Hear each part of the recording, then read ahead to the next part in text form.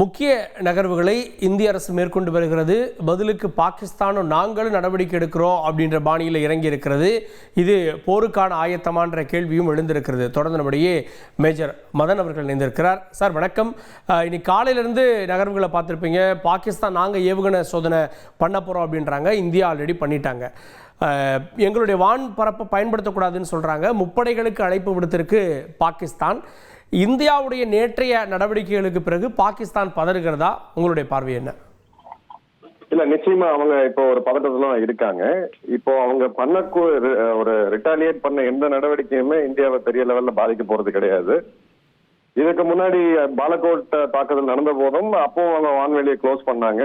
Commercial விமானங்கள், Dubai நோக்கி போகக்கூடிய விமானங்கள் கொஞ்சம் சுத்திட்டு போகக்கூடிய சூழ்நிலை இருக்க தவிர அதை தாண்டி அது ஒரு பெரிய பாதிப்பை கொடுக்க போறது கிடையாது. ரெண்டாவது, அவங்க ஷிம்லா ஒப்பந்தத்தை நாங்க இப்போ நிறுத்தி வைக்கிறோம் அப்படின்னு சொல்லி அது ஒரு இது சொல்லியிருக்காங்க. ஷிம்லா ஒப்பந்தத்துல மெயின் விஷயம் என்ன அப்படின்னு பாத்தீங்கன்னா, அந்த காலகட்டங்கள்ல சீஸ்ஃபயர் லைனை நம்ம லைன் ஆஃப் கண்ட்ரோலா ஒத்துக்கிட்டோம் இரண்டு நாடுகளும். இந்திரா காந்தி அவர்கள் அந்த டைம்ல நடந்த அக்கார்ட்ல இப்ப அவங்க சீஸ்ஃபயர் லைன் ஆஃப் கண்ட்ரோல ஒத்துக்க மாட்டேன் அப்படின்னு சொன்னா, அப்போ இரண்டு நாடுகளுக்குமே அந்த ரெண்டு ஆப்ஷனுமே இருக்கு.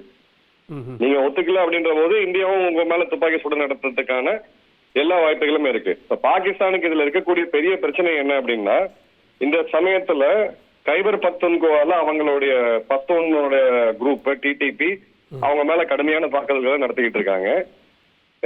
இந்த பிரச்சனைக்கு முன்னாடி நாள் வரைக்கும் பாத்தீங்கன்னா, பாகிஸ்தானுக்கு அமைதியா இருந்த ஒரே எல்லை அப்படின்றது இந்தியா பாகிஸ்தான் எல்லை தான். ஏன்னா ஆப்கானிஸ்தான் எல்லையிலையும் கணிசமான படைகள் அவங்க குவிச்சு வச்சிருக்காங்க.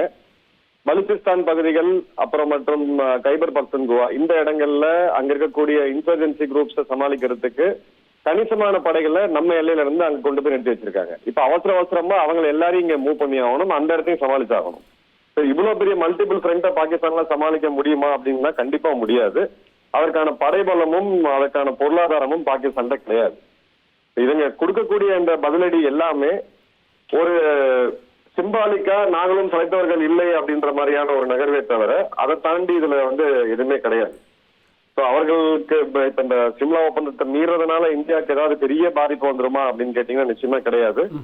நம்மளுடைய ராணுவமும் கணிசமான மூவ்மெண்ட் இப்ப பண்ணிருக்கிறாங்க. இது எல்லாத்த விட ஒரு போரை நோக்கி போகக்கூடிய சூழ்நிலையில பாகிஸ்தானுக்கு துணை இருக்கக்கூடிய நாடுகள் எதுன்னு பார்க்கணும். இன்றைய தேதிக்கு துருக்கி மற்றும் சீனாவை தவிர அவர்களுக்கு பெரிய ஆதரவு கொடுக்கக்கூடிய நாடுகள் எதுவுமே கிடையாது.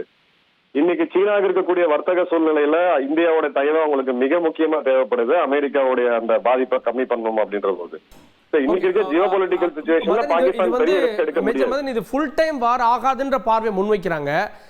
உங்களுக்கு வரக்கூடிய சோர்ஸ் என்ன? நீங்க பல ஆபீசரோட டச்ல இருக்கீங்க, நம்ம தயாரா இருக்கமா? நிச்சயமா ஃபுல் டைம் வாரா போகாது. நாம தயாரா தான் இருக்கிறோம்.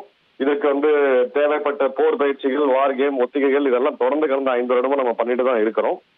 அப்படியே இது போனாலும் ஒரு லிமிடெட் கான்ஃபிளிக்டா ஒரு 5 நாள் 6 நாட்கள் சில எஸ்கலேஷன்ல போய் நிக்கிறதுக்கான வாய்ப்புகள் இருக்கு. முழு யுத்தமா வருமா அப்படின்னா நிச்சயமா நான் வராது அப்படின்றத இப்போதைக்கு இருக்கக்கூடிய கணிப்பு. பட் இது எல்லாமே ஒரு செகண்ட்ல மாறதுக்கு வாய்ப்புகளும் இருக்காது, நம்ம மறக்க முடியாது.